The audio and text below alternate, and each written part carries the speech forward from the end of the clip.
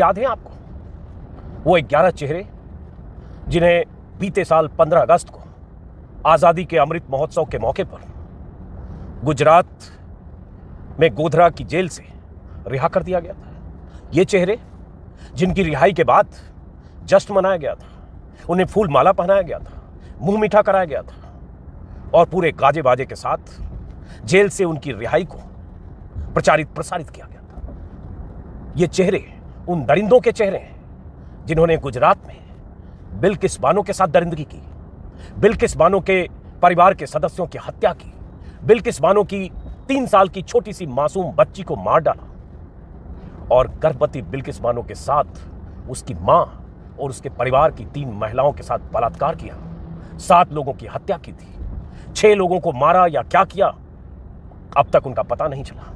लेकिन ये सब गुजरात सरकार की मेहरबानी से, केंद्रीय गृह मंत्री अमित शाह के मंत्रालय की रजामंदी से गुजरात में गोधरा जेल से 14 साल की सजा काटने के बाद सजा माफी नीति के तहत रिहा हो गए थे। बहुत बवाल मचा था, बहुत सवाल हुए थे कि ऐसे दरिंदों को जेल से छोड़ा कैसे जा सकता है। सिर्फ सजा माफी नीति की आड़ में सरकार रजामंदी कैसे दे सकती है। लेकिन अब जब बिल्किस बानो के साथ बहुत सारे लोग, कुछ याचिकाकर्ता, कुछ एक्टिविस्ट लगातार सुप्रीम कोर्ट का दरवाजा खटखटा रहे थे कि बिल्किस बानो को इंसाफ मिले और इन दरिंदों को, जिन्हें गुजरात सरकार की सजा माफी नीति के तहत बहुत चालाकी से जेल से बाहर निकाला गया है, इन्हें फिर से सलाखों के पीछे ठूसा जाए।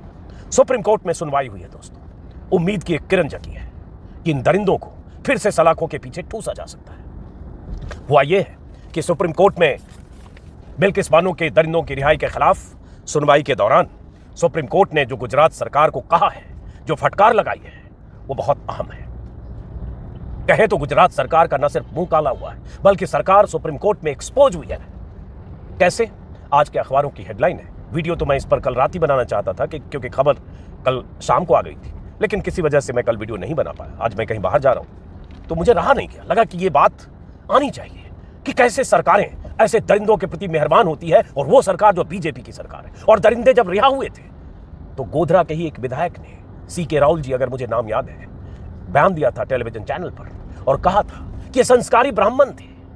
और वही विधायक उस कमेटी में थे जिस कमेटी ने इन्हें सजा माफी नीति के तहत छोड़ा था। लेकिन सुप्रीम कोर्ट में क्या हुआ है? सुप्रीम कोर्ट ने सवाल पूछा है गुजरात सरकार से कि दोषियों को क्यों छोड़ा? आज बिल्किस है, कल हम और आप हो सकते हैं। सुप्रीम कोर्ट ने कहा है कि आप बिल्किस को छोड़ने की फाइल लेकर आइए। सुप्रीम कोर्ट ने यह कहा तो 27 मार्च को भी था कि आप बताइए कि किस आधार पर छोड़ा गया, लेकिन सरकार आनाकानी कर रही है। सुप्रीम कोर्ट ने कहा है कि आप 1 मई तक जवाब दीजिए। अगर सब कुछ कानून के मुताबिक हुआ है तो इसमें छिपाने को क्या है? अगर दोषियों को रिहा करने की वजह नहीं बताते हैं तो हम अपना निष्कर्ष निकालेंगे। ये सुप्रीम कोर्ट में जस्टिस जोसेफ और जस्टिस नागरत्ना की पीठ ने कहा है। और भी बहुत कुछ कहा है, वो आपको बताता हूं। मैंने पहले भी इस पर मुझे लगता है 6, 7, 8 वीडियो बनाए थे, और तब भी बार बार मैंने भी अपील की थी सुप्रीम कोर्ट के जजों से कि माय लॉर्ड, बिल्किस को इंसाफ देने की जरूरत है। लेकिन बीजेपी के तमाम प्रवक्ता, नेता बचाव करते रहे गुजरात सरकार की उस माफी नीति की, जिसकी आड़ ली गई इन दरिंदों को छोड़ने में। सुप्रीम कोर्ट ने कहा है, बहुत तल्ख तेवर के साथ पूछा है कि दोषियों को सजा से पहले क्यों छोड़ा? आज बिल्किस बानो के साथ हुआ है, कल किसी और के साथ हो सकता है। और सुप्रीम कोर्ट में जो सुनवाई हुई है, जिसमें गुजरात सरकार की तरफ से वकील और सुप्रीम कोर्ट के जजों के बीच जो दलील और बहस हुई है, उसमें भास्कर के हवाले से बता रहा हूं। सुप्रीम कोर्ट ने कहा कि शक्तियों का इस्तेमाल जनता की भलाई में करें। इनकी रिहाई क्या संदेश दे रहा है? जस्टिस नागरत्ना ने कहा, जब दोषियों के वकील ने जवाब दाखिल करने के लिए समय मांगा और सुनवाई स्थगित करने की मांग की, यही चालाकी है सुप्रीम कोर्ट में बार बार जो हुई है। और यह भी आपको बता दें कि इन दोषियों को सजा तब मिली थी जब CBI के स्पेशल कोर्ट में सुनवाई हुई, CBI जांच हुई। और CBI जांच तब हुई जब गुजरात सरकार की पुलिस ने लीपापोती की। इन लोगों ने NHRC से लेकर सुप्रीम कोर्ट का दरवाजा खटखटाया, तब भी बहुत सारे एक्टिविस्ट शामिल हुए, और तब सुप्रीम कोर्ट के आदेश पर CBI जांच हुआ। CBI कोर्ट से इन्हें उम्र कैद की सजा मिली। लेकिन 14 साल पूरा होने का ऐसा लग रहा था जैसे सरकार इंतजार कर रही थी। 14 साल पूरा हुआ और सजा माफी नीति की आड़ लेकर उसी 15 अगस्त को छोड़ा गया, जब 15 अगस्त को प्रधानमंत्री मोदी आजादी के अमृत महोत्सव के मौके पर महिलाओं के मान और सम्मान की बात कर रहे थे। लाल किले से जुमला महिलाओं के मान और सम्मान की बात, महिलाओं को इज्जत देने की बात, और उसी वक्त गोधरा जेल से ऐसे दरिंदों को रिहा किया जा रहा था। यह सरकार का दोहरा रवैया, दो मुहापन उस दिन दिखा जिस दिन लाल किले के भाषण और इनकी रिहाई की तस्वीरें आई थी। बहरहाल जस्टिस नागरत्ना ने कहा कि जब भी मामले की सुनवाई होती है, एक आरोपी कोर्ट में आएगा, वो कार्रवाई स्थगित करने की मांग करेगा, 4 हफ्ते बाद एक और आरोपी ऐसा ही करेगा, यह दिसंबर तक चलेगा। हम आपकी रणनीति से अवगत हैं। गुजरात सरकार की ओर से जो वकील पेश हुए एसवी राजू, उन्होंने सुनवाई के लिए निश्चित तारीख तय की जा सकती है कहा। तो जस्टिस जोसेफ ने कहा यह ऐसा मामला है जहां एक गर्भवती महिला के साथ गैंगरेप किया गया, उसके साथ रिश्तेदारों की हत्या की गई। जैसे सेब की तुलना संतरे से नहीं कर सकते, वैसे ही एक व्यक्ति की हत्या की तुलना सामूहिक हत्या से नहीं कर सकते। यह एक समुदाय और समाज के खिलाफ अपराध है।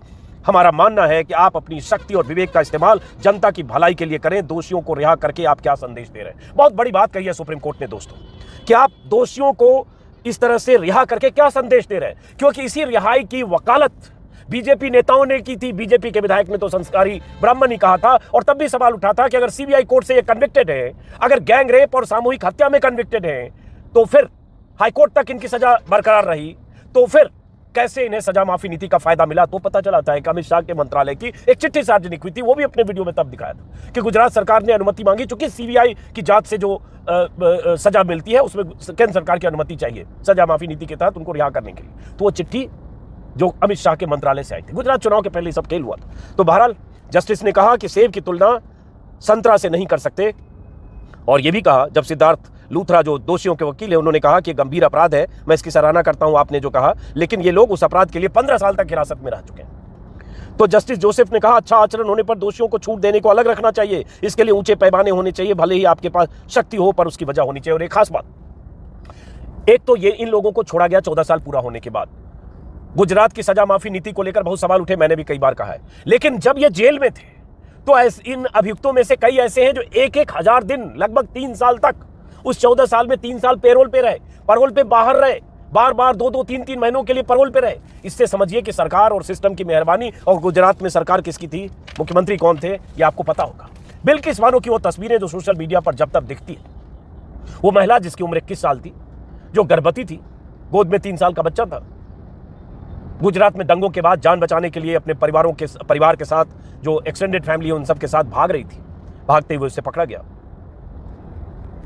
उसके परिवार में महिलाओं के साथ बिल्किस समेत रेप किया गया। बोलते हुए ये रोंगटे खड़े हो रहे हैं, क्योंकि सोचते हुए रूह कांप जाती है कि क्या हुआ होगा बिल्किस के साथ। रोंगटे खड़े हुए। लेकिन उसके बाद जरा सोचिए उस सरकार और सिस्टम और बीजेपी नेताओं की उस फितरत को, जहन में कितनी नफरत बिल्किस के लिए होगी या उस समाज के लिए जिसके साथ गुनाह हुआ, और कितनी मोहब्बत, कितना प्रेम, कितना स्नेह, कितना नरम रवैया इन दरिंदों के लिए जिसे छोड़ दिया गया, जिनका मुंह मीठा कराया गया। कोर्ट ने और भी बहुत कुछ कहा है। कोर्ट ने कहा है, मैं देख रहा हूं अलग अलग अखबारों में खबर छपी है, लेकिन सब जगह हेडलाइन यही है, टाइम्स ऑफ इंडिया की भी हेडलाइन यही है, centre Gujarat reluctant to show Bilkis files, SC wonders high why.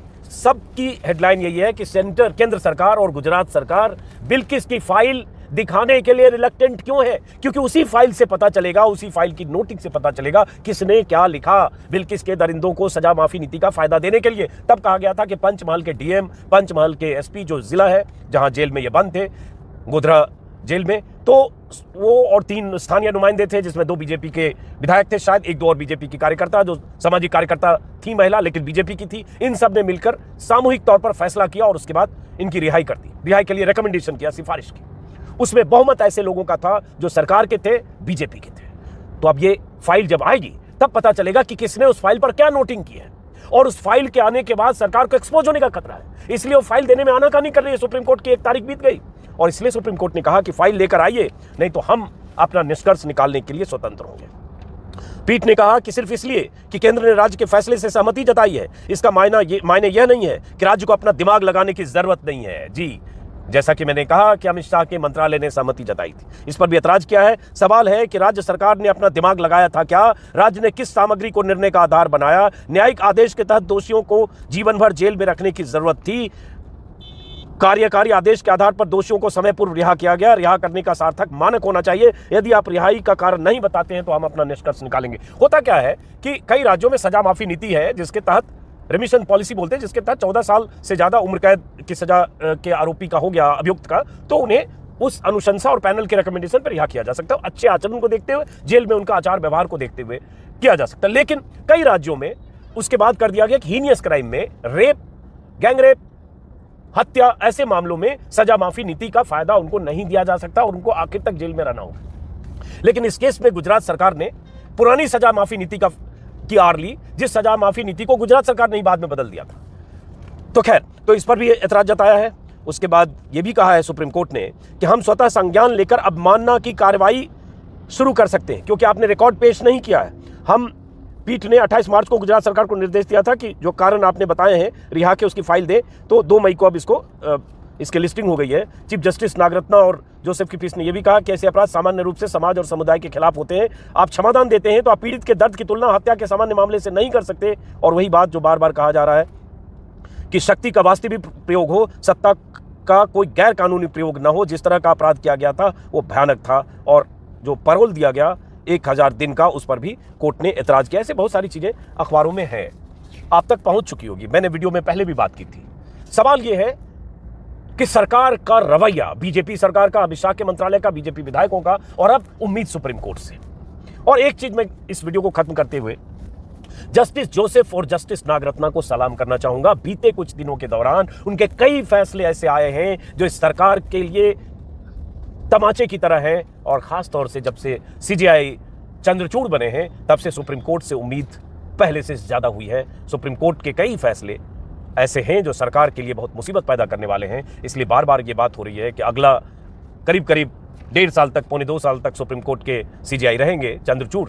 तो आने वाले समय सरकार के लिए बहुत मुसीबत भरे हो सकते हैं। लेकिन फिलहाल बिल्किस बानो और उसके परिवार को एक उम्मीद जगी होगी। उसका परिवार, उसका पति, जो लगातार इस रिहाई के फैसले के बाद टेलीविजन कैमरों के सामने आकर या मीडिया से बात करते हुए अपनी तकलीफ शेयर कर रहा था कि हम सोच नहीं सकते थे कि हमारे साथ ऐसी हरकत, ऐसी दरिंदगी करने वालों को छोड़ा जा सकता है। उनसे पूछा नहीं गया, उनसे बात नहीं की गई, जो पीड़ित हैं उनकी भावनाओं का ख्याल नहीं रखा गया। तो फिलहाल उम्मीद अब सुप्रीम कोर्ट से। देखते हैं कि सरकार 1 मई को या 1 मई तक अपने जवाब में क्या कहती है। वो बेशर्म सरकारें जिनकी नोटिंग की वजह से, जिनकी दरियादिली की वजह से इन दरिंदों की रिहाई हुई है। एक बार नाम बता दें इनका: जसवंत भाई, गोविंद भाई, राजू भाई, बाका भाई, राधेश्याम शाह, शैलेश भट्ट, प्रदीप मोडिया, विपिन चंद, केसर भाई, रमेश चंद्र, मितेश भट्ट। तो फिलहाल उम्मीद करते हैं सुप्रीम कोर्ट से कि बिल्किस को इंसाफ मिलेगा और ये दरिंदे एक बार फिर सलाखों के पीछे ठूंसे जाएंगे। इस वीडियो को खत्म करते हैं। अगर आपने मेरे YouTube चैनल को सब्सक्राइब नहीं किया तो सब्सक्राइब करेंगे। कहीं जा रहा हूँ 1-2 दिन के लिए, जो भी